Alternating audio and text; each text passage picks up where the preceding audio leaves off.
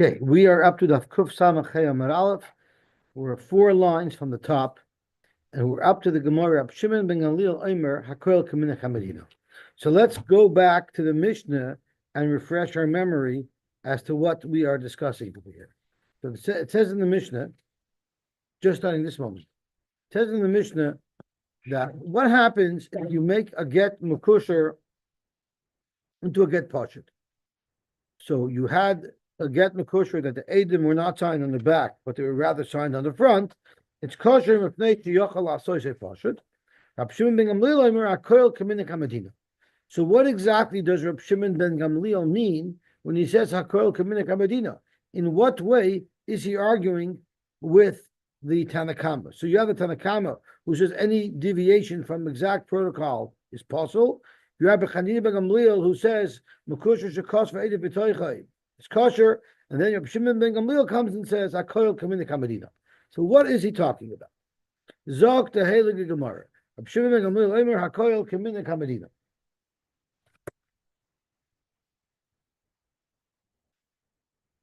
The Tanakama, last like Minik Medina, are you telling me that the Tanakama hold you don't follow Minik Medina? And the Rashbam explains that there are specific differences mentioned in our Mishnah between how a get Pashut is written versus a get Mekusher. But what if there are certain Medinas that have different minhagim and have a different differences, have additional differences between a get Mekusher and a get Pashut? Avada, the Tanakama would agree with that as well. So what exactly is Rab Shimon ben Gamliel arguing? Amar Rabashi, Zuk Rabashi, this is what he's referring to. He's referring to a different type of case. He's referring to Basra, the Nehigi, B'Pashut. This city, the minig was that everyone writes their gittin as well as their shtoros the normal way. The Omarle, and let's say Reuven, for instance, tells Shimon, Avidli Pashut, I want you to make a get, prepare a get for me. What type of get do I want you to prepare? I want you to prepare a get Pashut. And the Shliach went and disobeyed his instructions. The Azal Ovad Le'Mekusher.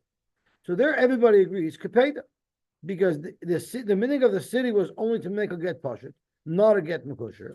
Reuven specifically said, please make me a get Mekusher. If you didn't follow instructions, the get is not kosher. What about Nehigi Mekusher? What if it was a city where all of the gittin were get Mekushers?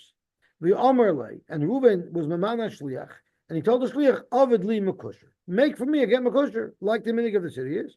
The Azal Ovid le Pashut. And the Shliach disobeyed Reuven and made a get Pashut. Again, everybody agrees, Kapeda, that's not going to be a good get, because that's not what he was appointed to do. Key pligi, you know where Rab Shimon ben Gamliel and the Tanakama are arguing?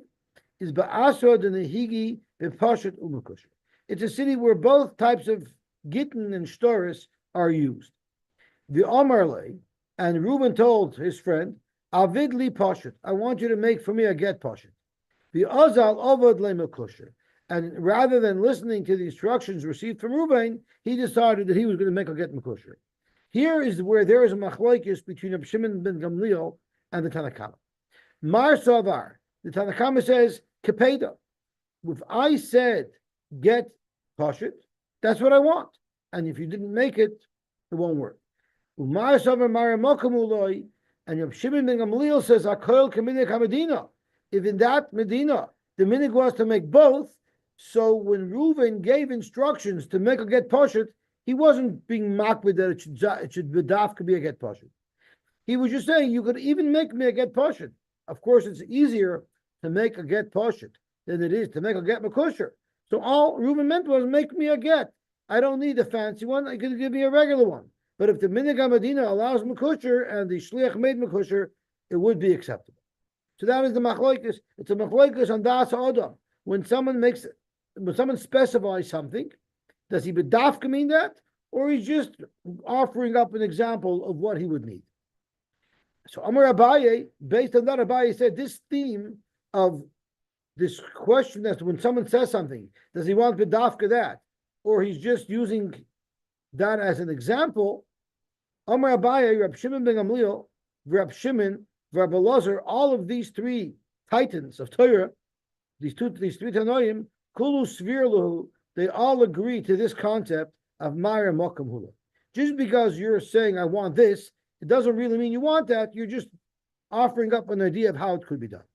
Rab Shimon ben Gamliel Hadamar. Rab Shimon ben Gamliel is an Gemara, where when someone said, I want to get Pashut, he would accept a get Mekusher. And it was just Ma'ir Mokam Hula. He was trying to tell the Shliach, you could even make, for me, a get Pashut. Rab Shimon, where did Rab Shimon tell us this concept? It's not to be learned. What happens if someone takes a bag full of gold? He goes over to a woman and he says, I read Mukadeshus Li with this bag of silver. And she accepts it. The halacha is, it's a good kedushin. That's what Reb Shimon holds. The Tanakh holds is not a good kedushin. Because you said silver, and it was really gold.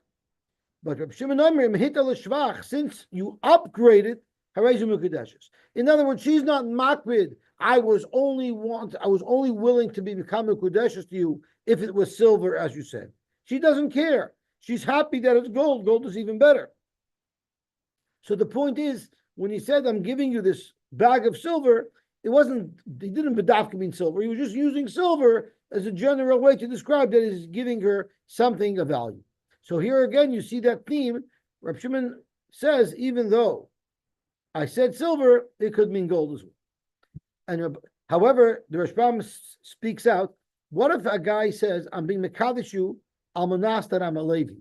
And it turns out that he's better than a Levi. He's a Kohen. There it's not a good Kedushin. You know why? To use the Lashon HaGemara, she can say, Misana de Rav Mikaroi Loibina. I don't want shoes that are too big for me. In other words, a Kohen is sure it's more choshev, but it comes with a lot more responsibility. I'm not interested. But if you gave me gold instead of silver, I'm very interested. Zok to Gemara Vati, Rabbi Lozer also shares this theme. The Tanan. So there's a woman who lives in Toronto, and she knows that her husband who she's trying to get a get from, lives in New York. So she's Mamana Shliach, and she says, Reuven, go to New York for me and be Mekabel the get for my husband. So Reuven is driving to New York, and he stops off at a rest area near Syracuse. And what do you know? He meets the husband there. And the husband says, if you're a Namir, I'll give you the get over here.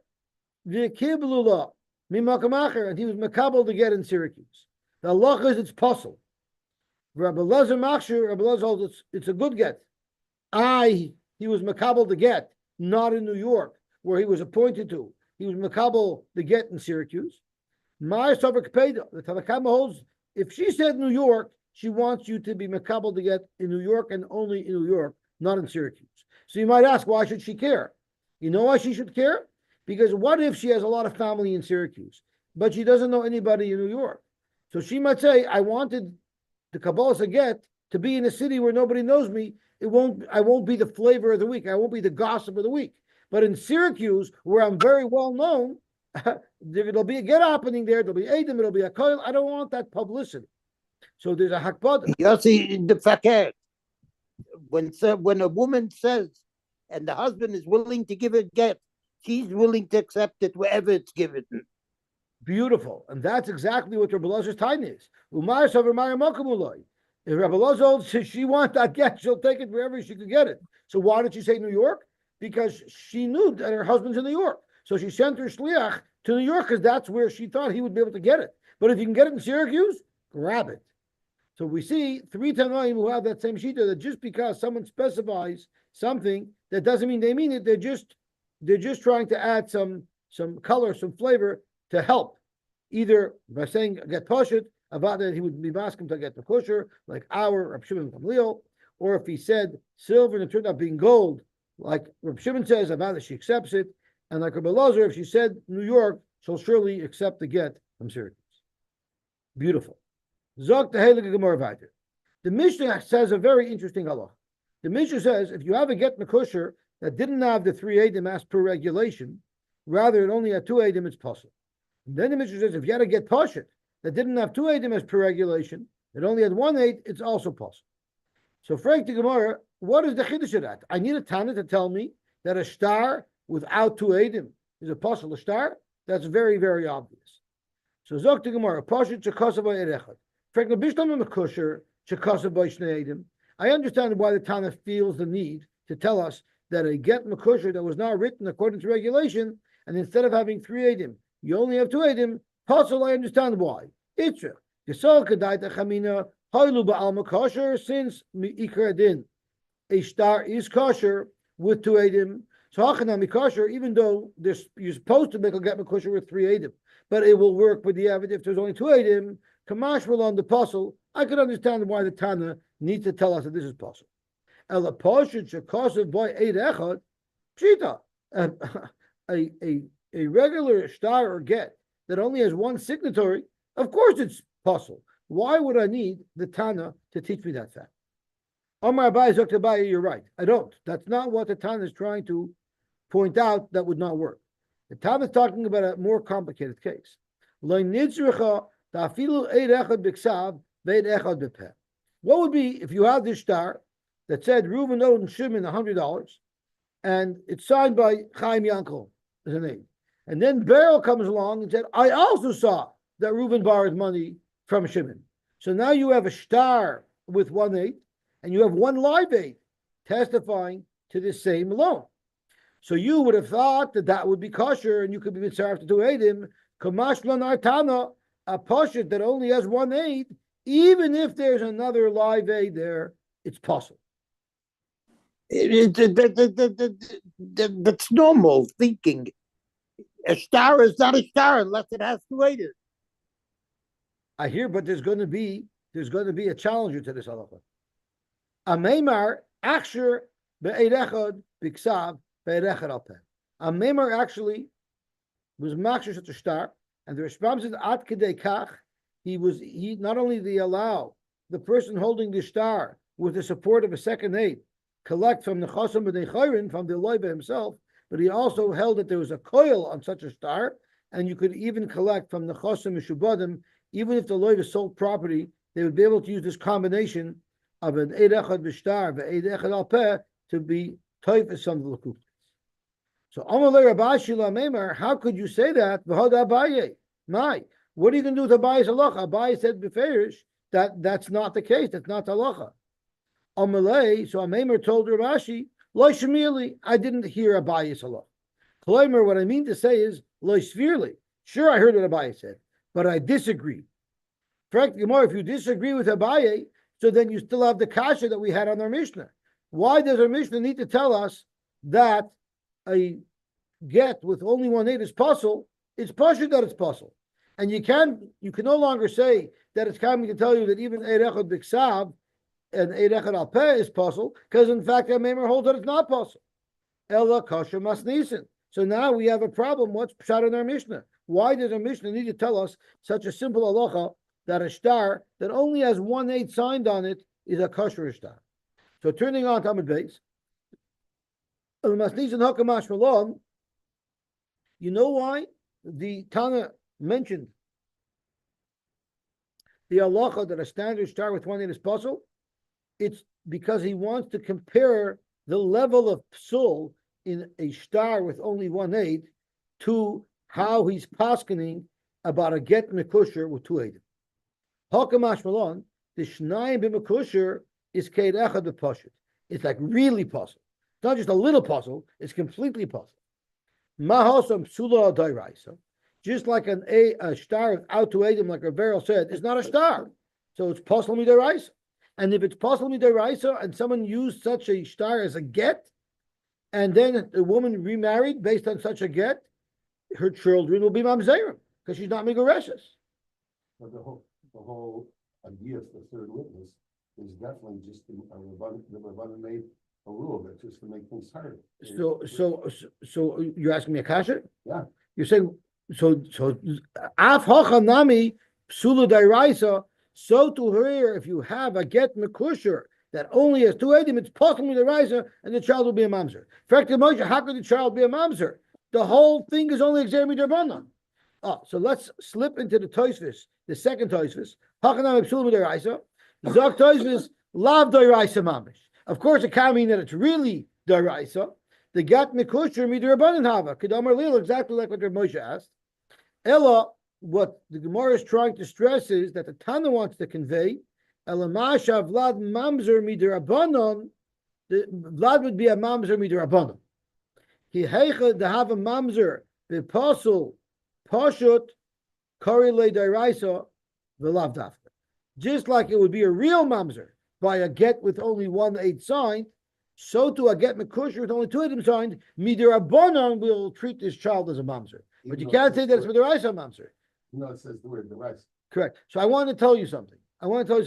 I've dealt in business with a lot of mamzerim, and I didn't find there's such a big difference between a mamzer deraisa and a mamzer derabanan. They were both very unpleasant to deal with, but you see that the Gemara, engages in hyperbole, that it's mamash and deraisa, meaning it's the rabbanon with the chaymer of a deraisa.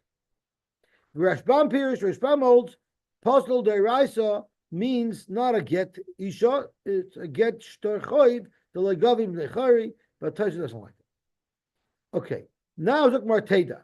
I'm going to prove to you that in fact, Eid Echad Bishtar, the Eid Echad Al Peh is kosher. So our member says I'm proving what I said against Abaye. Now, before we get into this proof, I wanted us to recollect a story that we learned on Daf Chav Gimel Amud Beis, a very important story. So I'm going to turn back to Daf Chav Gimel Amud Beis. We're coming to the end of the Masechta, so once in a while to brush up on a blot from an earlier blot is Geshmat. So the Gemara here was talking about if someone owns a shoivak, so he owns all these birds, and birds were found away from the shoivak. So the Mishnah tells us if a bird was found 50 amas away from the shoivak, we'll say it didn't come from the shoivach and it's hefker. So you find the bird, you can keep it. But if you found it within 50 amas of the shoivach, that we have to assume belongs to the owner of the shoivach, you're not allowed to take it. So for Rabbi Yirmiyah wanted to know the following question. Boy Rabbi Yirmiyah, Ragloi achas b'soy chanun amma, Ragloi achas chutz mechemishmav.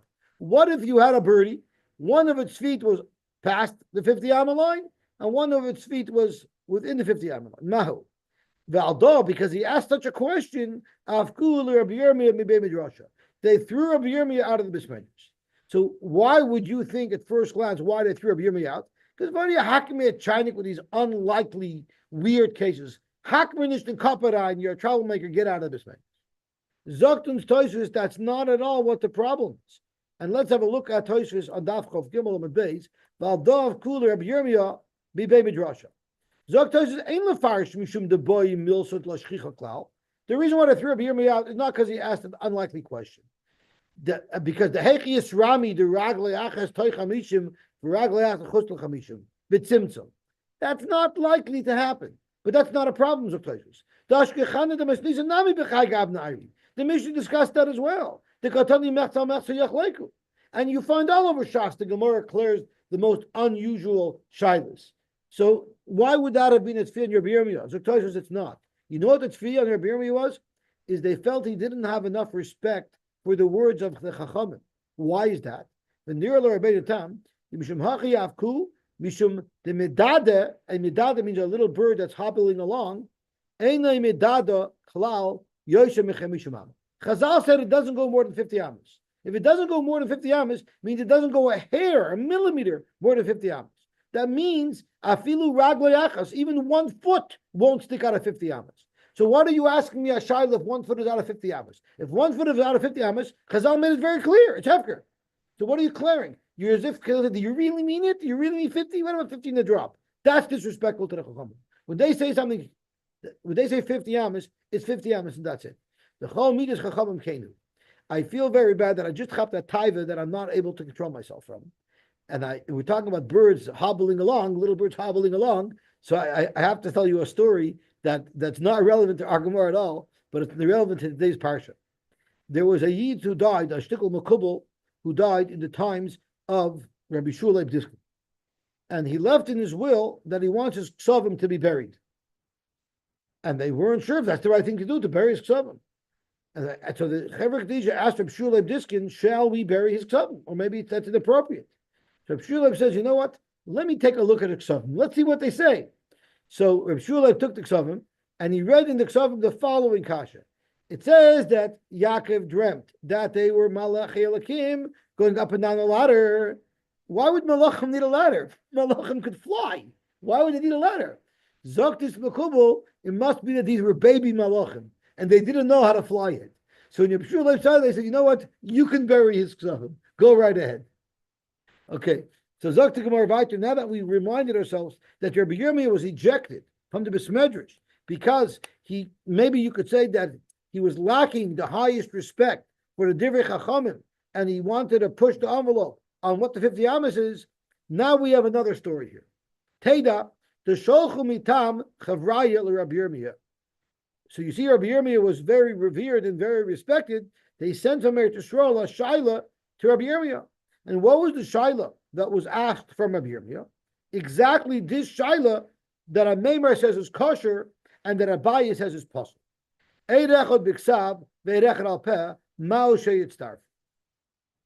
Now, before we could understand the depth of the Shaila, we need to drill down a little bit. Because the Gemara in Sanhedrin shares with us a machloikis between the Chachamim and Rabbi Yeshua ben Karv. And the Gemara says as follows: Ein edus mitzarefes bebezdin ad sheyu shneim kechad. The Talmud Kama says that unless both Edom were together and saw the edus together, they cannot say edus. Rabbi Yeshua ben Karv said no. It doesn't make a difference if I saw the halva and you saw that the loiva was moided that he owes it, but we're both saying testimony on the same money, it would be good. It could be this even means if you saw one halva and I saw a different halva, but we both agree he owes $100, could be even that's mitzvah. So the machlokes is if the two Edom have to see something together, or they can see them independent of each other. So now the Gemara clarifies our shayla based on that information. According to the Tanakam of Shub and Korcha, the two Edom in a pair, they have to see it together. Never mind sawing together, they have to see it together. Surely this wouldn't be good. Even if both Edom were biksav, or both Edom were alpeh, still it's tarfi unless they saw it together. So kol shekain, if it's one day doing one thing and one day doing another thing, that wouldn't work. Elakisi boilach, this whole shaila of whether or not Eirechot b'peh, Eirechot b'ksav can combine would only be al libud Rabbi Yeshua ben Karch. And then we can ask, Shnayim b'ksav u'shnayim al peh. Dafka, where does Rabbi Yeshua ben Karch say you could be mitzaref the two Edom that were both b'ksav, or the two Edom that are both al peh? Then you could be mitzaref them if they saw it at different times. Who the mitzaref? Aval Eirechot b'ksav, Eirechot al peh, which is two different situations here. Loy mitzarfinon, you wouldn't be mitzaref them, or maybe loishna. And shalach lahu, Rabbi Yirmiyah responded to this question. Ani ene kedai sheshalachtam li. He was very humble. Who am I that you should ask me such a shaila? I'm a nobody. Ella, I'm only going to quote what your talmidim felt. Elakach das talmidchem noite. This is how your talmidim felt. I guess he knew the talmidim. Sheyitztarfu should be mitzaref. So you have a clear arrive from here that your Rabbi Yirmiyah is paskening that Eirechot alpeh and Eirechot b'ksav is good, just like a meimar. So Rabashi asked a meimar, "What are you going to do about Abaye?" And the meimar says, "I don't agree with Abaye." But we got a problem because Rabbi Yirmiyah does agree with Abaye. So what are you going to do? What if your two aides come and they say that they decided in checker? Says only that two aides are checker. Is it still once you go after two aides, you go after the four as one aid? So you asked me if Eidei Hakchasha came? Yeah. So if Eidei Hakchasha came, so now it neutralizes the Eides. Aides are only two aides. There are only two Eidim. There are only two Eidim. There were four aides. No. The case that we were saying Shnayim B'Ksav Shnayim Alpeh, it's one or the other. In the case of Shnayim B'Ksav, they saw it at different times, or in the case of Shnayim Alpeh, and we're not talking about four Eidim. Okay. It took me a long time when I was preparing to chap that. I was very confused for a long time to the point that I couldn't figure it out from learning the Rishpam. I actually had to pull a Mesifta for that. So Zok to Gemara, Amar Lei, so Rav Ashi told the Meimar, we don't believe in that raya. You say you have a raya from Rabbi Yirmiyah, from the way he passed in the Shaila, that Eirechot B'Ksav and Eirechot Alpeh is going to be good. But that's not true. Because Anan Hakim Asnin Allah. We didn't hear the story the way you heard it, that the discussion that Rabbi Yirmiyah was weighing in on was about Erechad B'Pev, Erechad B'Ksav. Rather, it was a different question that they discussed. The Sholchulei Chavar Rabbi Yirmiyah, a completely different question. And that is as follows. Shnayim Shei'idu, two people said Eidos. But Reuben went to a Bezdin in Toronto, and Shimon went to a Bezdin in Montreal. Shnayim Shei'idu, Echad B'Bezdin Zeh, V'Echad B'Bezdin Zeh. So one Bezdin heard the Eidos of Reuben, and a different Bezdin heard the Eidos of Shimon. And Ma'u She'yavoyu Bezdin, Eitzel Bezdin V'Yistarfu. Can these two Batei Dinim combine forces, and between the both Batei Dinim combined, can they paskin based on the ages of these two ages? So Zok to Gemara, Aliba to the Kamad Rab Nosson.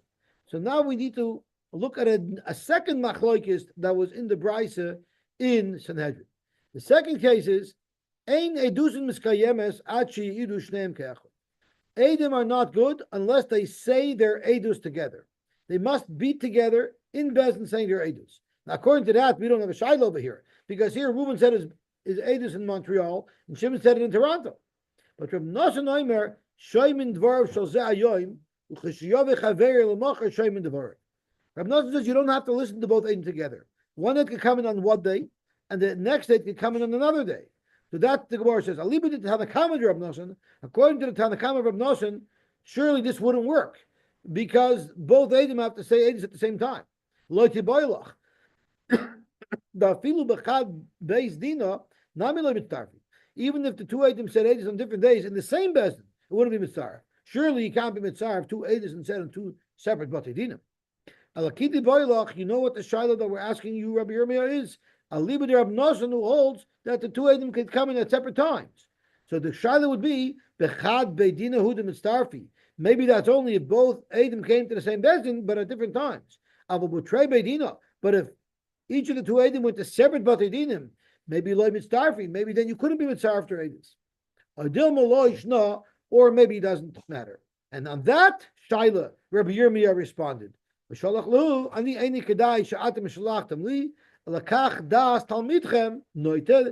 how your Talmidim feel. Which should work. So far we had two different versions of the question that was posed to Rabbi Yirmiyah, and now the Gemara is going to bring two more versions of the question that was posed to Rabbi Yirmiyah. Mar bar Chia Amar Hachin Shol Chulei. This is the question that was sent to Rabbi Yirmiyah. Shnaim Sheidu Bevezin Zeh.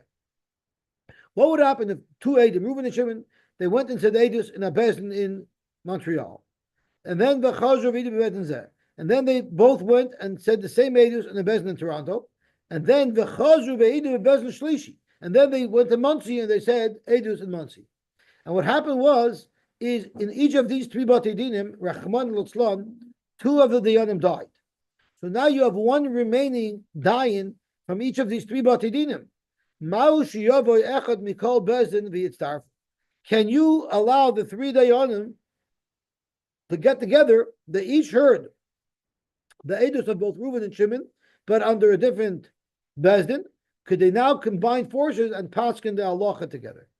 According to Rab Nosson, where each eight can come at a different time, surely it should work. Because hashta edim mitzarfinon, if you allow edus to be set on two different days and you mitzarf it, and edim are the ones that need to be a set. Edim are the most important component in the psak din. Dayanim boy, surely you can have dayanim come who heard the testimony at different times. Our shaila is alibi to Tanakama, to Rab Nosson. The Tanakama Rab Nosson who holds that you cannot be mitzar of Edim, and the Edim comes on Monday, cannot be mitzur for the Edim who came on Tuesday. So maybe you would say Edim who delay mitzarfinim. It's Edim that spoke on different days. You can't be mitzar. Aval dayane, maybe dayane mitzarfinim. You can be mitzar adimalosh. No. Now this question shalach lahu ani any kedai sha'atam shalachtam li elakach das talmidchem noite sheyitzarfu. So Duvi Manzlowski asks me, I mean, these questions that they're asking Rabbi Yirmiyah are also pretty far-fetched, right? So we're going to get to that comment in just a moment. What? The answer with the Taisus. Okay, good, but we'll get to it in a second. Ravina Marhachi Sholchulei. Shloisha is a completely different question. Shloisha sheyoshu l'kayim es shtar. 3 dayanim wanted to be Mekayim Shtar. So we had a star, it was submitted to Bezdin for certification. Bezdin summoned the Eidim to verify that this in fact was a signature, and we learned already how this works. So they write, we were sitting here, the 3 of us were sitting here, and we verified the star, and then each of the 3 dayanim signed. So that's exactly what happened. The 3 dayanim verified the star, but before they had a chance to write it, the dayan died suddenly after they verified it, before they put the stamp on the star. So if we're only going to have 2 signed, it looks a little funny, because the nusach is the 3 of us verified the star, and then only 2 out of 3 signed. Doesn't look right. Is it a good star though? So the Gemara says it's for sure a good star. The question is, how should they write the certification message? So zogt the Gemara, Shrichi lemichtav b'moisev tlos havina. We actually certify the star, the 3 of us, but the chad leisoi, but one of us is no longer here. And then they could sign just 2 of them. Or maybe they don't have to write that, they could just sign it the way it is. Shalach lahu, again Rabbi Yirmi responded, Ani eini chedai she'atem shalachtem li, lekach das talmidchem noite, shetzrichen lemichtav, b'moisev tlosa havina, v'chad leisoi. They do have to write that, v'alda, period. V'alda, because of these shilas, again, it's a shilah. There was only one shilah asked Rabbi Yirmiyah. The question is which one of these 4. But whichever one of the 4 it was, after his response, they decided I lul Rabbi Yirmiyah b'vei midrash. They let him back in. So I was trying to understand what was so special about this that because of this they let him back in. So if you learn like the first Pshat and Tosfos that they were upset that he asked an unlikely shaila, so then it makes sense here they asked him unlikely shailas, and he answered it very patiently. So they said, okay, if you're willing to tolerate such nudniki shailas, we'll accept you asking those shailas as well. I'll be derech melitza. But maybe you could, if you look at the second shot, that Rabbi Yirmiyah exhibited a lack of respect for the Chazal's G'darim, and that's why they threw him out. We'll look over here in each of these shailas, he answered in a very humble form. Who am I to answer that question? So he had such a display of humility that he wouldn't even take a stand. He would just say over what the Talmidim held. So could be Vibalti showed that he's so underneath the Gedolim and he's accepting what they said. That's the reason why they brought him back. Again, I don't know that that's the reason, but I'm just thinking it could be because it was very interesting what he said. Who am I that you ask me such a shayla? Talking about asking such a shayla, Moshe Feinstein. There's a Gemara we learned. I don't remember what Masechta was in. Probably in one of the Bavas, that says that if a person paskins and he's not roy lekach, it's very bad news, like a cherev chada. But if he's roy lekach and he doesn't paskin, it's also a very bad thing. So that puts a die into a scary place because you have to be pretty sure you know what you're talking about. So Reb Moshe writes in the Aktama of one of his Shuvas for him, one of the Igros Moshe, he writes, when I came to America and I had to decide if I'm going to answer Shilos or not, I didn't feel royal. And I was very afraid of that Gemara. If I'm not royal, how can I paskin? So what made me decide to paskin? Dr. Moshe, 2 things made me decide to paskin. The first thing that made me decide to paskin is I had a question. The Gemara tells us that David HaMelech's hands were full of dam nida, and dam yoledis, if I'm not mistaken, right? Because he was looking at Maris. So you might ask, there's 1,000 Rabbonim that can look at Maris. David HaMelech, you know how busy he was? He's running a country, how in the world is he going to have time to look at Maris?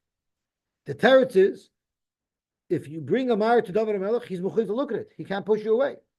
Because a Rav who's asked the Shaila is not allowed to push it away. I'm not looking for people to ask me Shailas, but if Shailas come to me and people knock on my door, just like David HaMelech was busy with a million other things and he didn't turn it away, so to me, I don't have a right to push it away. That's the first reason why I'm answering Shailas. The second reason why I'm answering Shailas, and this is a beautiful reason, is because my father told me when I moved to America, you know what? When you go to America, you're going to answer Shailas there. So I know every Shailah that I answer is giving my father nachas, and it's helping me mekayim kiburav. That's another reason why I'm answering Shailas. That's what Moshe. I didn't see that inside, but Rabbi Rosen told me over that this is what Rabbi Moshe said. Rabbi Rosen, yeah. Sure. Yeah. Okay, Gavalti. So let's see the Gehelig Gemara Vayter. Kosov boy. Now we're going to analyze the writing in the star. Now we know normally there's a rule of a moitze bechaver levaraya. a star is a good raya. But we'll all agree that if the star is vague, we would interpret it to give me the least amount of money. Just for example, if I write you owe me money, and for some reason, for whatever reason, it's a suffix. If that means you owe me $100 or $50, using the star, you'll only be able to collect $50 because I believe that's logical. So Zok the Mishnah, Chasad by Zuzin Meya, the Inun Sloim Esrin. Now we know that 100 zuz is a dinner and it's 25 sloim. Here he used a contradictory expression. He said 100 zuz, which is 20 sloim. So how much does he get? Does he get 20 sloim? Or does he get 100 zuz, which is 25 sloim? So the halach is ein loy ela esrin zuzin. He only gets 20 zuzin. So the Rashbam explains, but lemaisa, I'm sorry, it's not esrin zuzin. The Gershas changed here. Ela esrin sloim. He only gets 20 sloim and not 25 sloim. And the Rashbam explains here that it says zuzin meya. So what it means is it means shvacha zuzin that are only worth 20 sloim. What if he said meya the klossen 100 zuz, which is 30 sloim? We know 100 zuz is only 25 sloim. Again, it's you default to the lowest amount. Ein lo yalamana, and you'll say that he's referring to devalued sloim that weren't worth as much. What if he said the following? Kesef zuzin, I'm going to give you, I owe you kesef zuzin, and it should have said, the next thing that it should have said, kesef the 10, 20, 30, however many it was, the quantity. And you know what happened? V'nimchak. The quantity got erased. So now we don't know how many he wrote. So the halach is ein pachos mishtayim kesef. It's 2 kesef because it's plural. He said kesef zuzin, lashon plural. The minimum that plural could mean is 2. What if he said sloyin, the inon, and then v'nimchak? So instead of zuzin, he said sloyin. Again, ein pachos mishtayim. You have to give 2 sloyin because it was a minimum of 2 because it was a plural lashon. The achaynos, which is some other coin, the inon and then v'nimchak, again, ain't pachos mishtayim. Somebody asked, why would we need the same halacha repeated 3 times with different types of coins? I don't know, but maybe the Gemara is going to explain. What if Chasad boy milabayla, at the beginning of the star says that Reuven owes Shimon $100, Mona. Umilamata Masayim, and later on in the star it said 200. And the Rashbam wanted to be extremely clear. This is not the last line, because we already learned that anything that's written in the last line of a star, you ignore. So this means somewhere later in the star, you wrote Masayim. So there's contradictory terms there. In the top it says Mona, and the bottom it says Masayim. Or the opposite, Milamayla Masayim, Milamata Mona. The later part of the star is the most important, and that takes precedence, so that's what you would follow. Frank the Gemara, if that's the most important part, so Imkain Lama Kashvin Elyon. So Bechal, why do they write anything at the top of the star if you don't listen to that, if it contradicts the lower part of the star?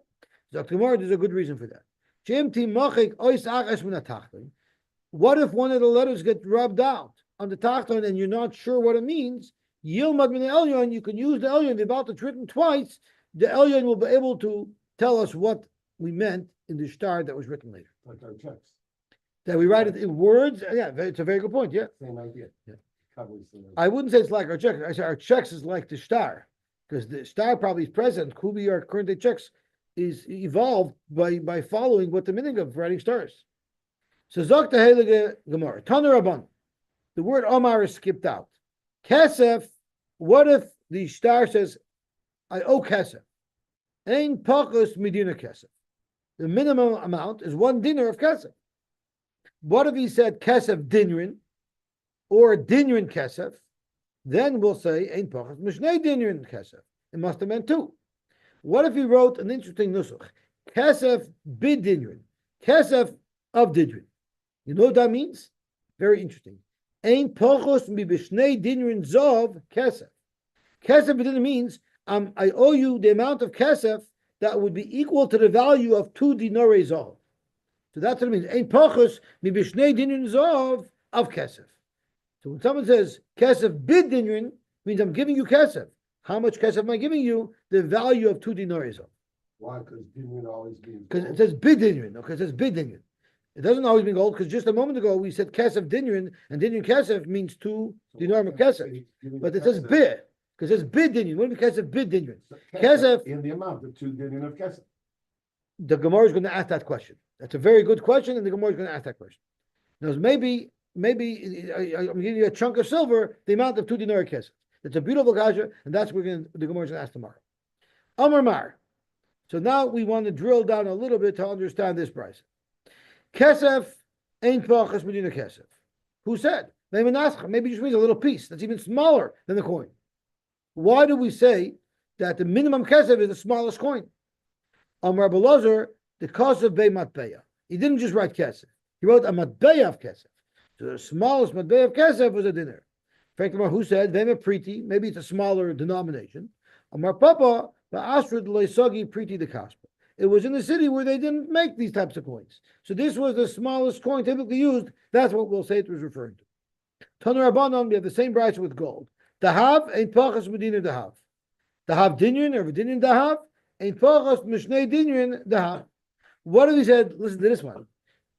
Dahav bid dinyan ain't pachas mi bishnei dinyan kesef of dahav. You have to give gold. How much gold do you have to give?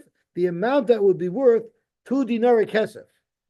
So it's exactly the opposite of the case we had earlier. And the Gemara is going to want to get into the differences. So Omar Mar, let's analyze this case. Dahav ain't pachas b'dinyan dahav. So the Gemara asked the same question it asked for silver. Eminascha, maybe just means a little chunk of gold.